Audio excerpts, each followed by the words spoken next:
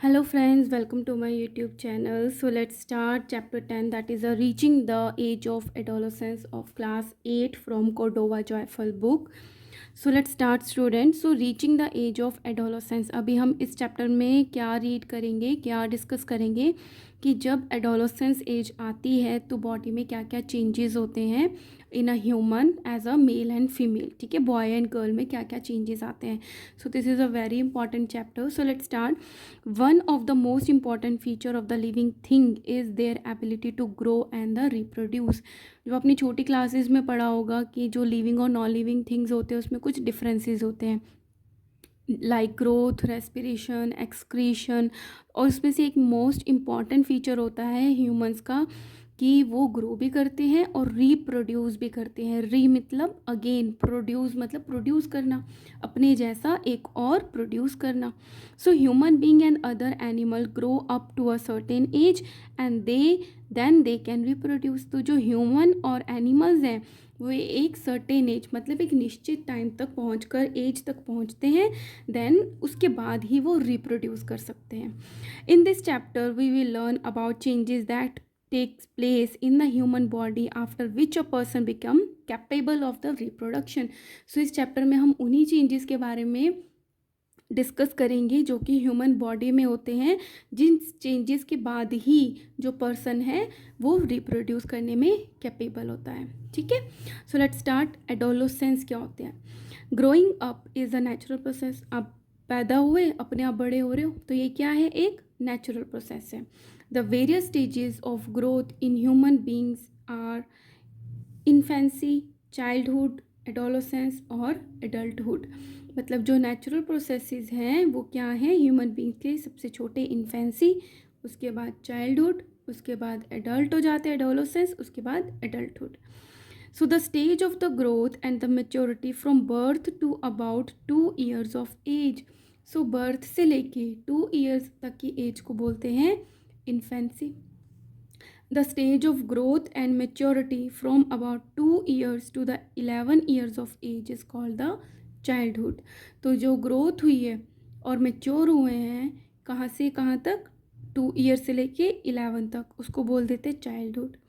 सो पैदा होने से 2 year तक तो इन्फेंसी हो गई और 2 के बाद 11 years तक हो गया चाइल्डहुड. ठीक है, so the stage of growth and the maturity from about 11 years to 18 or 19 years of age is the period termed as the adolescence.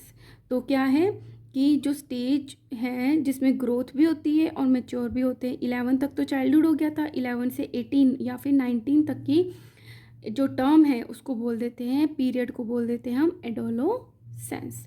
So this is the transitional period, मतलब change हो रहा है of the physical and the mental development. Changes आ रहे हैं physically भी और mentally भी, which occur between the childhood and the adulthood. तो ये चार चीज़ें थी ना, इन्फेंसी, चाइल्डहुड, एडोलसेंस, एडल्टहुड. तो चाइल्डहुड और एडल्टहुड के बीच में आती है एडोलसेंस, जिसमें कि physically and mentally both changes आते हैं. In other words the period of the life when the body undergo changes leading to reproductive maturity is called the adolescence. तो क्या डेफिनेशन हो गई एडोलसेंस की? वो वाला पीरियड लाइफ का जब बॉडी चेंजेस लाती है, किस चीज़ के लिए? फॉर द रिप्रोडक्टिव मेच्योरिटी, ताकि रिप्रोडक्शन के लिए मैच्योर हो जाए, उस चीज़ को बोलते हैं, उस पीरियड को बोलते हैं हम adolescence. The person undergoing the age of adolescence is called the adolescent. और जो पर्सन जिसमें चेंजेस आ रहे होते हैं उसको बोल देते हैं हम एडोलसेंट बोल देते हैं. ठीक है, इन गर्ल एडोलसेंस में बिगन अ ईयर और 2 year अर्लियर इन बॉयज़. तो जो गर्ल्स होती हैं उनमें जो एडोलसेंस होती है थोड़ी जल्दी स्टार्ट हो जाती है, 1 या 2 साल पहले. Also the period of adolescence vary from person to person. अब ये हर पर्सन का डिफरेंट होता है कि कब उनकी एडोलसेंस जो है वो स्टार्ट होगी.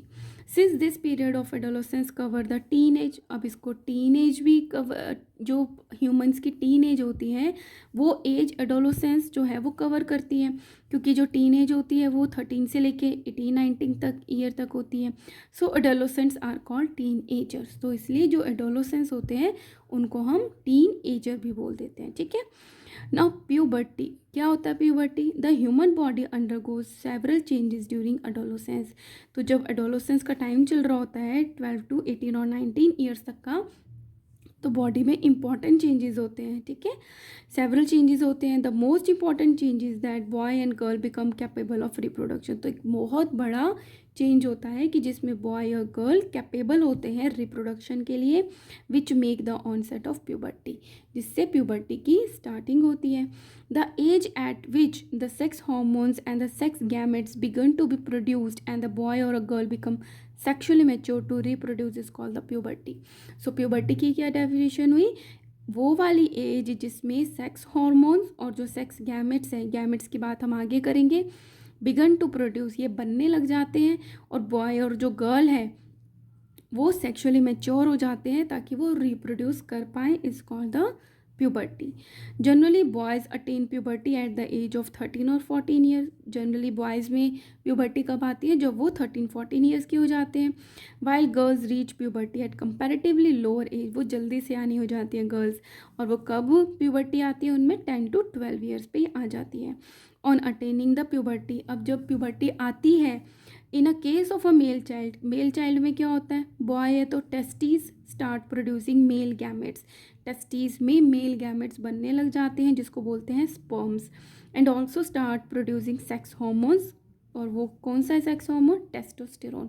तो मेल में दो चीज़ें बन गई, एक तो स्पर्म बन गया और हार्मोन है टेस्टोस्टेरोन बनने लग जाता है। In case of a female child में क्या होता है? Ovaries start producing female gamete called the ओवा। मेल गैमेट क्या है? स्पर्म, और फीमेल गैमेट क्या है? ओवा और the eggs, and also start producing sex hormones. Female में कौन से सेक्स हॉर्मोन्स होते हैं? दो होते हैं, oestrogen and the progesterone. So puberty ends, अब प्यूबर्टी कब खत्म होती है? When an adolescent reaches reproductive maturity, जैसे ही वो रिप्रोडक्टिव मेच्योर हो जाते हैं प्यूबर्टी खत्म हो जाती है, ठीक है, एंड हो जाती है। Now most important that the changes at puberty and adolescence. अब क्या चेंजेस आते हैं इनमें? Rapid growth occurs in adolescence due to the hormone secreted by the body. आप किसी से 6 महीने पहले मिले हो किसी बच्चे से, है ना, और जब ये प्यूबर्टी स्टार्ट हो रही है या एडोलोसेंस एज है, तो 6 मंथ्स बाद ही आपको काफ़ी चेंज लगेगा, क्योंकि उस टाइम पे उनके हार्मोन सिक्रेट हो रहे होते हैं बॉडी के, जो कि इस तरीके के चेंजेस लाते हैं।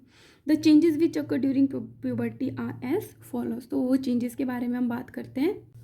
तो क्या क्या चेंजेस आते हैं? Number 1 is increase in the height, कि बच्चे की जो हाइट है वो बढ़ने लग जाती है। During puberty there is a sudden increase in the height of both boys and girls. Both boys और गर्ल्स पे दोनों की हाइट जो है सडनली बढ़ने लग जाती है। This increase in the height is due to the increase in the length of bones of the arms and legs. अब ये लेंथ क्यों बढ़ती है, हाइट क्यों बढ़ती है बच्चों की? क्योंकि उनकी बोन्स की लेंथ जो है, जो कि आर्म्स और लेग्स की है, वो बढ़ने लग जाती है along with the internal body organs. उसके साथ साथ इंटरनल बॉडी ऑर्गन्स भी साइज में बढ़ने लग जाते हैं। Now there is an activity to study the average rate of growth in the height of boys and the girls with respect to the age and predict the height at the age of end of growth period। तो इसमें क्या दिया है? एक chart given है जिसमें लिखा है कि एज इन ईयर्स, अगर कोई 8 ईयर्स का है, इसमें बॉयज़ गिवन है, इसमें गर्ल्स गिवन है, तो कितना परसेंटेज, जितनी उनकी हाइट होगी मैक्सिमम फुल हाइट जितनी होती है, वो कब अटेन कर लेते हैं नॉर्मली। तो कोई बॉय अगर 8 ईयर्स का है तब उसकी 72% हाइट उसने अटेन कर ली होती है, और जब कोई गर्ल 8 ईयर्स की है तो उसकी 77% हाइट उसने अटेन कर ली होती है। जब 9 ईयर्स के होते हैं तो बॉय का 75% हाइट हो गई होती है, 100% होती है हाइट, है ना, और जब गर्ल जो होती है वो 9 ईयर्स की होती है तो 81%। इसी तरीके से बढ़ते बढ़ते तो देखो गर्ल्स की जो 99.5% है वो 16 ईयर्स में हो गई, मतलब लगभग 100% उसकी 16 ईयर्स तक हो जाती है, और बॉयज़ की 16 ईयर्स पे अभी 98% ही है, तो इनकी 100 होती है 18 ईयर्स पे, मतलब इनकी हाइट जो है ज़्यादा टाइम तक बढ़ सकती है, और गर्ल्स की 100% 17 ईयर्स पर ही हो गई, ठीक है। तो जो गर्ल्स हैं जल्दी मैच्योर हो जाती हैं, ठीक है, तो यही गिवन है। अब अगर हमने देखना है कि कोई, अगर जैसे इसमें गिवन है कोई बॉय है जो 12 ईयर्स का है और boy reaches 84% of his probable height full height while a girl reaches. तो जब हम 12 ईयर्स की बात करते हैं तो बॉयज़ तो 84% तक पहुंच गए, उनकी हाइट उन्होंने अटेन कर ली, बट जो गर्ल है उसने 91% अटेन कर ली। So a girl is 13 year old, जब 13 ईयर की है तो गर्ल ने 152 सेंटीमीटर टॉल हुई है। तो कैलकुलेट करें full height at the end of growth period. मतलब कोई गर्ल है, वो ये जानना चाह रही है जब उसकी जो है, जब वो बिल्कुल मैच्योर हो जाएगी तो उसकी मैक्सिमम हाइट कितनी हो सकती है। तो उसने क्या बोला कि वो जो गर्ल है जब 13 ईयर्स की थी तो उसकी हाइट जो है 152 सेंटीमीटर थी। तो फुल हाइट कितनी हो सकती है, तो इसका एक फॉर्मूला है जो कैलकुलेट कर सकते हैं फुल हाइट को, कि प्रेजेंट हाइट कितनी है 152 सेंटीमीटर। तो हमने वो फिल कर दिया upon percentage of full height at this age. 13 years पे फुल हाइट कितनी कर लेती हैं गर्ल, 95%, अपॉन 95 इंटू 100। तो कैलकुलेट करके आया 160 सेंटीमीटर। इट मीन्स उसकी जो फुल हाइट है वो 160 सेंटीमीटर तक हो जाएगी जब वो पूरी मैच्योर होगी 18 ईयर्स पे। Understood. Now we use the data given above and draw a graph. तो ये सारा जो डाटा था उसको लिया और एक ग्राफ ड्रॉ किया। तो इसमें क्या नीचे गिवन है, एज इन ईयर, जब 8 ईयर्स की था, बॉय और गर्ल दोनों की बात हो रही है, 9 ईयर्स 10 ईयर्स, और ये उसकी एवरेज हाइट है किस तरीके से ग्रो हो रही है, 70 सेंटीमीटर, 75 सेंटीमीटर, 80। तो बॉयज़ का ग्राफ तो इस तरीके से आया और गर्ल्स का ग्राफ एक इस तरीके से आया। तो इससे क्या पता चलता है, कंक्लूजन क्या निकला, initially girls grow faster than the boys. देखो कितनी ग्रो कर रही है ना एकदम से, जबकि बॉयज़ इतना जल्दी ज़्यादा ग्रो नहीं करते। तो गर्ल्स पहले ज़्यादा ग्रो कर लेती हैं। Both boy and girl reach their maximum height about 18 years. और जैसे ही वो 18 ईयर्स के होते हैं उनकी मैक्सिमम हाइट उनको अटेन हो गई होती है। ठीक है, इनिशियली गर्ल्स जल्दी हाइट लेती हैं, बॉयज़ थोड़ा लेट लेते हैं, लेकिन उनकी मैक्सिमम हाइट 18 ईयर्स तक हो जाती है। ठीक है, the increase in height very in different individual. और हर एक पर्सन के आप देख रहे हो कि हर एक इंडिविजुअल की डिफरेंट होती हैं हाइट्स। सम में ग्रो सडनली एट प्यूबर्टी, कुछ तो प्यूबर्टी के टाइम पे एकदम से बढ़ते हैं, देन स्लो डाउन, फिर उनकी हाइट बढ़ना कम हो जाती है। वाइल अदर्स में ग्रो ग्रेजुअली, और कुछ धीरे धीरे बढ़ते रहते हैं। Even all the parts of the body may not grow at the same rate. Even अगर हम हाथों पैरों की बात करते हैं तो भी ज़रूरी नहीं है कि वो सेम रेट पर ही इंक्रीज़ हो। Sometimes the arms and the legs और the hand and the feet of the adolescent look oversize and out of the proportion with the body. कई बार क्या होता है कि किसी लड़के या लड़की की जो आर्म और लेग्स हैं या फिर हैंड और फीट हैं वो बॉडी के अकॉर्डिंगली नहीं होते। कई बार क्या होता है किसी का हाथ बहुत लंबा हो जाता है ना, हम देखते हैं कि हाथ बहुत लंबा हो गया लेकिन बॉडी अभी इतनी लंबी नहीं हुई है, तो पहले तो लगता है कि ये आउट ऑफ द प्रोपोर्शन है, but soon the other parts also grow. थोड़ी देर बाद पार्ट्स जो हैं वो ग्रो कर लेते हैं and the body becomes proportionate. तब हमें प्रोपोर्शन में लगने लग जाता है कि हाँ किस पर्सन की इतनी हाइट है तो उसी अकॉर्डिंग उसके हाथ पैर की लेंथ है। ठीक है, चलो। The height of an individual depend upon the following factors. अब किसी की हाइट कितनी होगी वो किस पे डिपेंड करता है, तो कुछ चीज़ें दे रखी हैं। एक तो है इनहेरिटेंस और दूसरा है न्यूट्रिशन। इनहेरिटेंस जो आप अपने पेरेंट्स से इनहेरेंट करते हो, जो आप लेकर आते हो। So the height depends on the genes inherited from the parent. जो पेरेंट्स से मिला है जीन्स उस पर डिपेंड करता है। किसी के पेरेंट्स की हाइट कम है तो बच्चों की मोस्टली जो हाइट है वो कम होगी, पेरेंट्स की हाइट ज़्यादा है तो बच्चों की ज़्यादा होगी, है ना, या फिर उसमें कैसा जीन आया है। So we have learned in chapter 8 that the genes control the transfer of hereditary characteristics from the parents to offspring. ये हमने पढ़ा है कि जो जीन्स है वही कंट्रोल करते हैं कि जो करेक्टरिस्टिक्स बच्चे में आए हैं कहाँ से, पेरेंट्स से। ठीक है, सो इफ़ योर मदर और फादर इज टॉल, तो अगर आपकी मदर और फादर टॉल है, you may also be toll, तो आप भी टॉल ही होंगे, है ना, ज़्यादा चांसेस उसी के हैं। न्यूट्रिशन, ठीक है, आपने इनहेरिटेंट कर लिया, आपके में जीन्स तो है टॉल होने के, बट आपने न्यूट्रिशन ही नहीं लिया तो आपकी बॉडी कैसे ग्रो करेगी, है ना। तो इसमें एक मेन रीज़न न्यूट्रिशन भी है। Food rich in protein and vitamin help the bone muscles and other parts of the body to get adequate nourishment for the growth. तो अगर आप खाना अच्छे से लेते हो जिसमें प्रोटीन और विटामिन है तो आपकी बॉडी की जो बोन्स हैं, मसल्स हैं या अदर पार्ट्स हैं वो अच्छे से ग्रो कर लेती हैं। नाउ सेकेंड चेंज क्या आता है, change in the body shape. Many changes occur in the body shape during puberty. Puberty के टाइम पे बॉडी की शेप में भी बहुत सारे चेंजेस आते हैं। These changes are different for the body and boy and girl. और ये जो फिजिकल चेंजेस हैं ये भी बॉय और गर्ल में डिफरेंट होते हैं। तो बॉयज़ में क्या होता है, shoulder become broader, shoulder broad हो जाते हैं, and the chest become wider. The body muscles grow more prominently than in the girls. जो मसल्स हैं बॉयज़ में दिखती हैं कि वो डेवलप हो रही है than the girls. So the body of the boy looks more muscular. तो बॉयज़ की जो बॉडी है वो मस्कुलर दिखती है। In girls hip gain weight and the reason below the waist pelvic region become wider. और गर्ल्स में जो पेल्विक रीजन है, कमर से नीचे का हिस्सा, वो ब्रॉड हो जाता है और हिप्स का वेट जो है वो गेन करती हैं। The development of the breast also begins during this period. और इसी टाइम पे ब्रेस्ट का डेवलपमेंट होता है। Third change in voice at puberty. जब प्यूबर्टी आती है द वॉइस बॉक्स और the larynx begin to grow. जो लेरिंग्स है वो ग्रो करने लग जाता है। Boys develop larger voice box. Boys में जो वॉइस बॉक्स होते हैं वो बड़े होते हैं। The growing voice box in the boys can be seen from the outside in the neck. तो जो बॉयज़ बड़े होते हैं, बड़े हो रहे होते हैं, उनका जो वॉइस बॉक्स है वो बाहर से दिखाई देता है क्योंकि वो ज़्यादा बड़ा होता है। This protruding part of the throat is called the Adam's apple. तो ये जो प्रोट्रूड हो जाता है इसको बोलते हैं एडम्स एप्पल बोलते हैं। In girls the voice box is hardly visible. Girls का कभी नहीं दिखता visible from the outside because it is small size, क्योंकि उसका जो साइज़ होता है वो कैसा होता है, स्मॉल होता है। Generally girls have a high pitched voice. तो जनरली जो गर्ल्स की जो पिच होती है वो तिखी होती है, मतलब हाई पिच्ड होती है। Whereas the boy have a low pitched voice. जबकि बॉयज़ की जो होती है पिच कम होती है, डीप वॉइस होती है ना, हैवी होती है।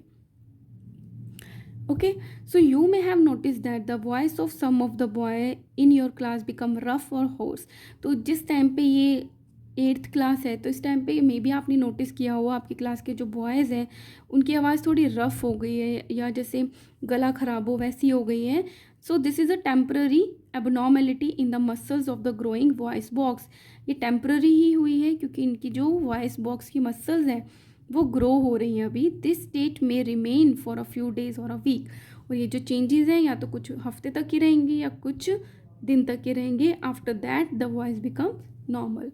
उसके बाद जो आप इनकी वॉइस है बॉयज़ की वो नॉर्मल हो जाएगी, ठीक है।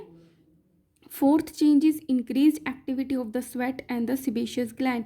स्किन के अंदर स्वेट ग्लैंड होती हैं जो कि पसीना निकालती हैं और सिबेशियस ग्लैंड होती है जो कि ऑयल सिक्रीट करती हैं।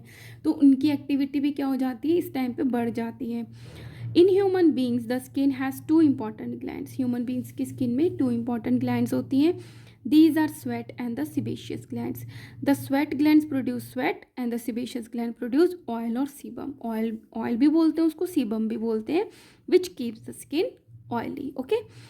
During puberty, due to the increased activity of the sweat and the sebaceous gland, the secretion of sweat and the oil increase. तो जब प्यूबर्टी होती है इनकी एक्टिविटी भी बढ़ती है जिससे स्वेट पसीना आना भी बढ़ जाता है और ऑयल भी ज़्यादा इंक्रीज मतलब सिक्रीट होता है सिबेशियस ग्लैंड से। Due to this that adolescence get acne. तो जब बच्चे इस तरीके से बड़े होते हैं, प्यूबर्टी एज होती है, एडोलोसेंट्स होते हैं, उनमें पिंपल्स होने लग जाते हैं on the face. This pimple on the face make the adolescent most self conscious. तो और इस टाइम पे ही सब बच्चे क्या होते हैं, सेल्फ कॉन्शियस होते हैं कि मैं कैसा दिख रहा हूँ, है ना। और इस टाइम पे पिंपल्स हो जाते हैं तो उनको अच्छा नहीं लगता। Increase secretion of the sweat in the arm pit. और आर्म पिट पे भी स्वेटिंग का सिक्रीशन ज़्यादा होता है। May result is the characteristic order of the body, जिससे बॉडी की एक स्पेसिफिक या करेक्टरिस्टिक, हम बोलेंगे अगर आपको कोई नोन है कि मुझे स्मेल से पता चल जाता है ना, सो करेक्टरिस्टिक ऑर्डर आने लगती है बॉडी से। फिफ्थ चेंज क्या होता है, development of the sex organs. जो सेक्स ऑर्गन्स है वो डेवलप होते हैं। The male sex organs like the testis develop completely in the boys. इस टाइम पे जो मेल सेक्स ऑर्गन्स हैं जैसे कि टेस्टिस वो कम्प्लीटली डेवलप हो जाती है। The testis start producing male gamete called the sperms. और टेस्टिस में मेल गैमेट्स प्रोड्यूस्ड होने लग जाते हैं जिसको स्पर्म बोलते हैं। The female sex organs like the ovaries, oviduct and the uterus enlarge and develop completely in the girls. और गर्ल्स में यूट्रस होता है, यूट्रस से निकलती हैं 2 ओविडक्ट्स जो कि ओवरीज तक जाती हैं, ठीक है। तो वो बढ़ने लग जाती हैं साइज़ में, और क्या डेवलप करने लग जाती हैं, एग्स प्रोड्यूस करने लग जाती हैं। बॉयज़ में स्पर्म और गर्ल्स में eggs to mature and ovary start releasing eggs, okay. Six change आता है reaching the mental and intellectual and the emotional maturity. तो इस टाइम पे ये सब चेंजेस भी आते हैं। We observe many cognitive, emotional and the attitudinal changes in the adolescents. कई बार तो बच्चों को बहुत गुस्सा आने लग जाता है, इरिटेशन होने लग जाती है ना, इमोशनली वीक होने लग जाते हैं, राइट। गर्ल्स रोने लग जाती हैं। So adolescence is the time when the brain acquire the greatest capacity of the learning. और इसी टाइम पे बॉडी का जो ब्रेन है उनकी सबसे ज़्यादा कैपेसिटी होती है लर्निंग की, कुछ सीखने की। The intellectual development takes place and the adolescents spend considerably time on thinking planning for the future. और यही टाइम होता है जब एडोलसेंस जो होते हैं वो अपना ज़्यादातर टाइम सोचने में, कुछ ना कुछ प्लान करने में, फ्यूचर में क्या करना है उसमें स्पेंड करते हैं। ड्यूरिंग दिस एक्साइटिंग फेज, यही सब चेंजेस होते हैं, तो थोड़ा एक्साइटेड फेज भी है। The adolescent start giving more important to their friends and peer group. तो अपने फ्रेंड्स को ज़्यादा इंपॉर्टेंट देते हैं घर वालों की कंपैरिजन में, है ना, क्योंकि सबको लगता है कि घर वाले तो हैं ही, अभी तक उनके साथ ही अब नई नई चीज़ें एक्सप्लोर करने को मिलती है ना। तो वो अपने फ्रेंड्स को, ग्रुप को, कि हाँ अब तू मेरा फ्रेंड है, जो भी तू कुछ करेगा मैं तुझे सपोर्ट करूँगा, जो भी है whatever, but parents are most important, ठीक है। ये आपको याद रखना है। पेरेंट्स हमेशा आपकी अच्छे के लिए ही बोलते हैं, कभी ये मत कहना कि ये तो इनके ज़माने की बात कर रहे हैं, नहीं, उन्होंने अपने ज़माने में बहुत कुछ देखा है, सीखा है, तभी आपको कह रहे हैं, और वो आपके लिए अच्छा चाहते हैं, है ना। तो आपको उनकी बात हमेशा माननी है। आपको फ्रेंडशिप को भी इम्पोर्टेंस देना है। Friends are most important thing in your life, कि आप फ्रेंड्स से ऐसी सारी बातें शेयर कर सकते हो जो आप सबसे नहीं कर सकते, ठीक है। तो इस टाइम पे फ्रेंड्स के लिए ये लोग इम्पोर्टेंस देने लग जाते हैं। Often feel confused, have the emotional outburst, feeling sad. मुझे अपना टाइम याद आ रहा है ना। तो कभी कभी तो क्या होता है कि कंफ्यूज होते हैं, इमोशनल आउटब्रस्ट आते हैं, कभी रोने लग जाते हैं, गुस्सा आने लग जाता है, sad, having the strong emotions और the moods that change quickly changes आने लग जाते हैं। One may become more sensitive और इजीली लूज टेम्पर, इतने ज़्यादा सेंसिटिव हो जाते हैं या टेम्पर ही लूज़ कर देते हैं। Hormones are responsible for bringing about all this changes, और इस चेंजेस के लिए कौन रिस्पॉन्सिबल है, ये सारे हार्मोन है, ठीक है। बिकम सेल्फ कॉन्शियस, अपने लिए कॉन्शियस होते हैं कि मैं कैसा दिख रहा हूँ, मेरे हेयर कैसे हैं, मेरा स्किन कलर कैसा है, कैसे कपड़े मुझे पहनने हैं जिसमें मैं अच्छा लगूंगा, है ना। तो ये जो सारे चेंजेस है ये फील करते हैं and start feeling the need of acceptance, कि कोई मुझे एक्सेप्ट करे या फिर कोई मुझे समझे, अंडरस्टैंडिंग के लिए और एक्सेप्टेंस के लिए फीलिंग आती है, ठीक है। Search for a unique social identity for them self, और सोशली एक आइडेंटिटी बनानी है, मैंने कुछ करके दिखाना है, उसके लिए उनमें चीज़ें करने का मन करता है। May feel insecure while trying to adjust to the changes in the body and the mind, और थोड़ा थोड़ा इनसिक्योर होते हैं जो भी चेंजेस बॉडी में आ रहे होते हैं। Get attracted toward the opposite sex, और इसी टाइम पे अपोजिट सेक्स के लिए अट्रैक्शन होती है। Adolescents should learn to cope with the stress cause by these changes. तो अब आप पढ़ रहे हो तो आपको ये सीखना है कि आपको इस स्ट्रेस को कैसे, मतलब कोप अप करना है, कैसे यहाँ से गुजरना है अच्छे से। They should not lose confidence और develop anxiety over small issues. अब मैं देखती हूँ कई बार क्या होता है कि बच्चे के एग्ज़ाम में मार्क्स अच्छे नहीं आए हैं तो बच्चे सुसाइड कर लेते हैं, ये बहुत गलत है। घर से भाग जाते हैं, गुस्सा आ गया, पेरेंट्स ने कुछ कह दिया, है ना। तो ये सारी चीज़ें जस्ट एक इमोशनल चेंजेस है, ये टाइम पास हो जाता है, क्रॉस हो जाता है, तो आपको आगे फिर सोच सकते हो कि हाँ जो मैं कर रहा था क्या वो सही था। बहुत सारी चीज़ें अच्छी भी होनी होती है लाइफ में, लेकिन आपको उसके लिए वेट तो करना पड़ेगा। आपको लगता है कि नहीं, कई बार क्या होता है कि नहीं ये गर्ल थी मेरी, मुझे इससे फ्रेंडशिप करनी थी लेकिन ये नहीं मिली, तो वो कुछ ना कुछ कर लेते हैं, हाथ काट लेते हैं। दैट इज़ नॉट गुड, सही नहीं है। जब आप थोड़े से आगे निकलोगे अपनी एज में तब आपको समझ में आ जाएगा, लेकिन आपको यही सब सीखना है कि स्ट्रेस को कैसे कॉप अप करना है ना। स्टडीज़ का बर्डन है तो बर्डन लेके चलना है, उसको इतना स्ट्रॉन्ग बनना है कि हाँ मैं स्टडीज़ को लेके चल सकता हूँ, ठीक है। They should not lose confidence और develop anxiety over small issues. They may take guidance from their parents, आपके पेरेंट्स भी हेल्प करेंगे और टीचर्स भी हेल्प करेंगे, who would be very happy to help them. they never want to lose children. Okay, now first question is, the stage of growth and maturity from 11 years to the 18 years of age is called, 11 से 18 years के age को क्या बोलते हैं? Adolescence. The age at which the boy or girl becomes sexually mature to reproduce is called puberty. जब sexually mature हो जाते हैं उसको puberty बोलते हैं. Both boy and girl reach their maximum height at the age of 18 years पे उनकी maximum height attain कर लेते हैं. During puberty girls have voice as compared to boys. तो गर्ल्स की जो puberty के टाइम पे वॉइस कैसी होती है as compared to boys? High pitched होती है, तीखी होती है.